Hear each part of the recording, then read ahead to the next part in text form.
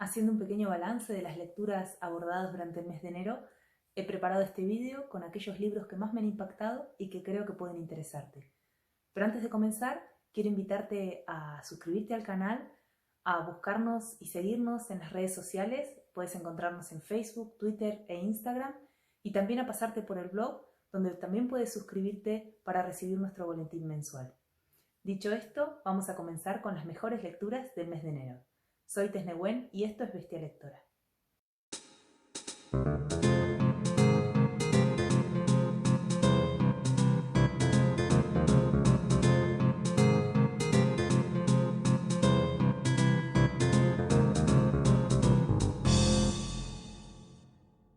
He recomendado hace algunas semanas la obra de Begoña Méndez en el blog porque he quedado absolutamente fascinada con su forma de trabajar la escritura, tanto desde un punto de vista intelectual como emocional. Y quiero recomendarte especialmente su libro Heridas Abiertas, que es un ensayo sobre 10 escritoras que han trabajado el oficio en situaciones adversas, intentando sobreponerse a las dificultades de la vida a través de la escritura y a través de la reflexión íntima. Begoña verdaderamente tiene un talento extraordinario para llegarnos al corazón y hacernos reflexionar sobre un montón de aspectos de nuestras relaciones y de nuestra intimidad que merecen verdaderamente nuestra atención. Así que creo que es un libro que te puede interesar muchísimo. Por supuesto, en la descripción dejaré enlaces a todos los libros de los que te iré hablando y entre ellos al artículo sobre la obra de Begoña Méndez.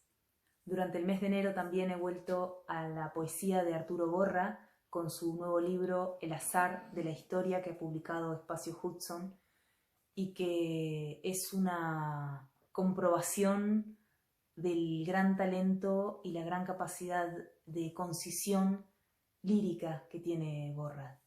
En este libro vuelve a trabajar sobre el tema de la extranjería, de la extrañeza, desde un yo un poco difuminado que en definitiva termina aludiendo a un nosotros. Y este es un rasgo muy característico de toda la obra de Borra, es la búsqueda de una identidad colectiva desde la extrañeza, desde la extranjería, desde un lugar de incomodidad con respecto al mundo. Y este libro me parece que nos permite encontrarnos con toda la potencia que tiene su voz y que tiene su poesía. Todo esto será tuyo, de Jordi Doce, publicado por Pretextos. Es un libro que me ha acompañado muchísimo durante el mes de enero y que nos ofrece una reflexión sobre la realidad que siempre está cambiando y en esa realidad sobre aquellas cosas a las que generalmente no les prestamos atención y que son determinantes de nuestra vida, de nuestra experiencia vital. Me gusta mucho el tono del libro porque está a mitad de camino entre lo poético y lo narrativo, y esto nos permite de alguna forma leerlo como si estuviéramos conversando con el poeta. Realmente hay imágenes muy contundentes, muy pictóricas y a la vez muy brutales, de esas que te transforman, ¿no? Y que después se te quedan pegadas y vuelves a ellas en tus ratos de meditación. Así que creo que es un libro que hay que leer y que tiene mucho, pero mucho para decirnos. Luces de invierno, de Irati Elorrieta, que ha publicado Galaxia Gutenberg, es una novela que me ha parecido muy colorida, con una reflexión sobre nuestra relación con el paso del tiempo y la memoria, a través de una historia muy tierna de una mujer vasca que se va a vivir a Berlín y que sufre la experiencia de la extranjería y a la vez disfruta de esa situación de no ser conocida, de ser una especie de no persona en un lugar extraño. A través de este libro podemos reflexionar sobre muchísimos aspectos de nuestra vida, de nuestra forma de entender las relaciones y también de nuestra manera de relacionarnos con nosotros mismos, con nuestro deseo y con nuestro pasado.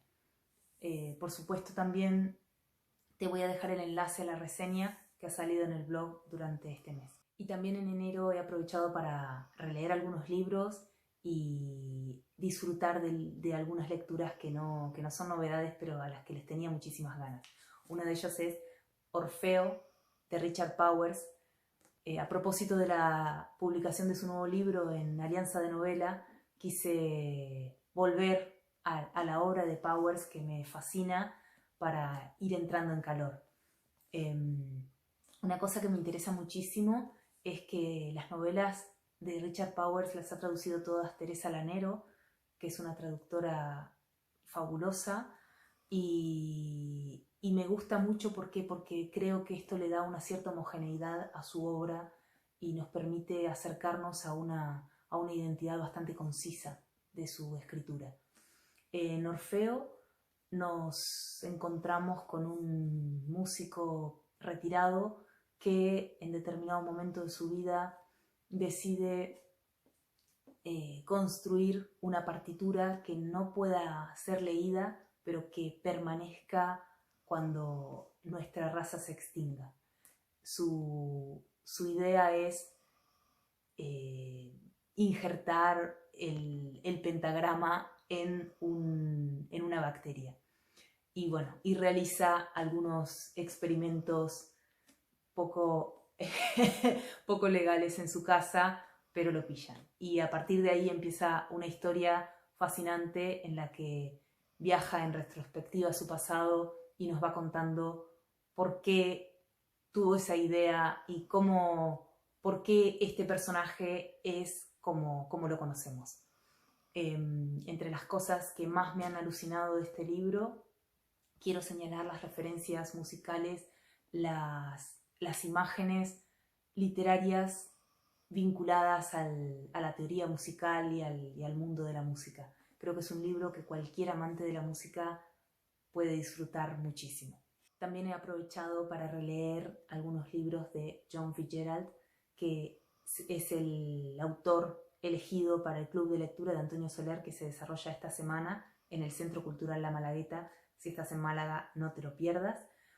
Y la novela escogida es Suave es la noche, que yo me saqué esta edición de la biblioteca, que es una novela extraordinaria, creo que una de sus mejores, si no su mejor, va en gustos, ¿no? Pero personalmente me interesa muchísimo, sobre todo por la reflexión sobre la salud mental, sobre la influencia de la sociedad en la salud mental y también con respecto al deseo, cómo el deseo puede desbarajustarnos la vida de un segundo al otro. Además es una novela con una estructura alucinante que nos va llevando y prácticamente en determinado momento no sabemos bien qué es lo que está pasando. El manejo que tiene Scott Fitzgerald de la tensión, del ritmo y a la vez esto acompañado de las imágenes líricas hacen que su obra sea algo absolutamente disfrutable. Cartas a mi hija también es otro de los libros de Fitzgerald que me ha acompañado durante el mes de enero y es un libro verdaderamente extraordinario, muy luminoso y muy duro también. Tiene un montón de reflexiones sobre el oficio literario, pero sobre todo parece como una especie de legado moral y filosófico que el propio Scott quiere dejarle a su hija.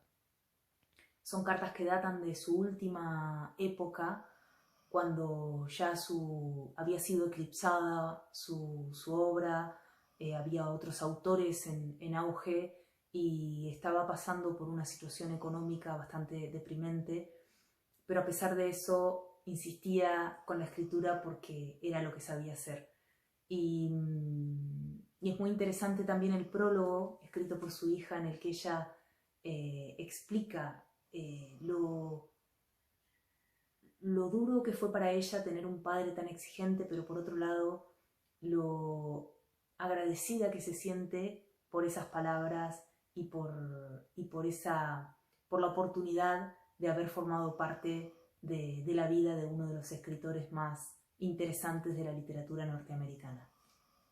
Y también no he podido resistirme a los cuentos de Scott Fitzgerald, que es verdaderamente es un escritor que me parece extraordinario, que cada vez que vuelvo a él me vuelve a deslumbrar como el primer día, porque tiene una gran capacidad para manejar la tensión de los textos, ya sea en novela o en relato. Me gusta más como novelista, pero es verdad que sus cuentos son extraordinarios también. En este caso, en este volumen, que es el primero, sus cuentos completos fueron publicados en 2 volúmenes con traducción de Justo Navarro en Alfaguara.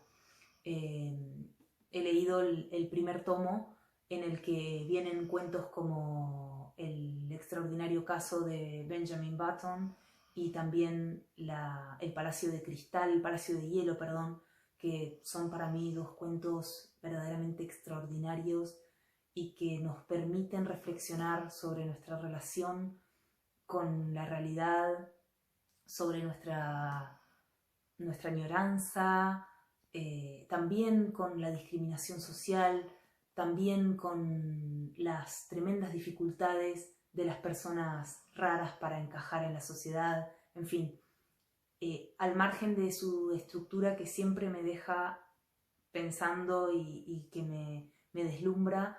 En sus cuentos y en sus novelas encuentro un montón de razones para seguir pensando, para seguir navegando en el mundo del pensamiento y de las preguntas, y creo que es un autor que hay que leer aunque sea una vez en la vida. Algo que me parece muy interesante es que, a pesar de que su lenguaje suele ser muy directo y hay mucho realismo en sus obras, siempre de fondo hay preguntas, hay una estética de la belleza que es algo que yo valoro muchísimo y que suelo buscar en los libros. Y sobre todo hay un interés por entender cómo funciona el alma humana. Así que estas creo que son buenas razones para lanzarse de cabeza a su obra. Y como lo que más me gusta de la literatura es esa capacidad para vincular libros y lecturas, a través de la lectura de Suave es la noche llegué a los sonetos de John Keats, que es un poeta que me fascina. ¿Y por qué? Porque Suave es la noche precisamente es un verso de la Oda al Ruiseñor, que quizás sea el poema más conocido de Keats, y porque además en la obra de Fitzgerald, Keats ocupa un lugar bastante importante. A medida que vamos leyendo sus libros, los libros de Scott, podemos descubrir un montón de referencias a la obra de Keats. Así que dejo también esta posible recomendación, porque creo que son libros que pueden leerse muy bien, que conviven muy bien. Y el último libro que voy a destacar de mis lecturas de enero es Las letras del bosque de Javier Morales, publicada por Silex. Un ensayo fabuloso sobre naturaleza y libros. Entre las cosas que más me han interesado, podría señalar la capacidad de Morales para aunar reflexiones sobre lentitud y trabajo por el futuro, por decirlo de alguna manera. Hay interesantes preguntas en torno a cómo nos relacionamos con el medio ambiente y a la vez cómo nos relacionamos con el trabajo y con las experiencias. Nos propone volver a las raíces, pensarnos un poco más y actuar con más lentitud, con la lentitud del caracol, para poder mejorar nuestra vida y mejorar nuestro impacto en los demás y en el medio ambiente. A través de de este libro además podrás descubrir un montón de otras lecturas relacionadas con la naturaleza y la literatura. Y bueno, eso es todo. Estas han sido mis lecturas destacadas del mes de enero. Espero que te animes con alguna de ellas. Y ya lo sabes, para todo lo relacionado con literatura, visita bestialectora.com o cualquiera de nuestras redes. Muchas gracias y hasta la próxima.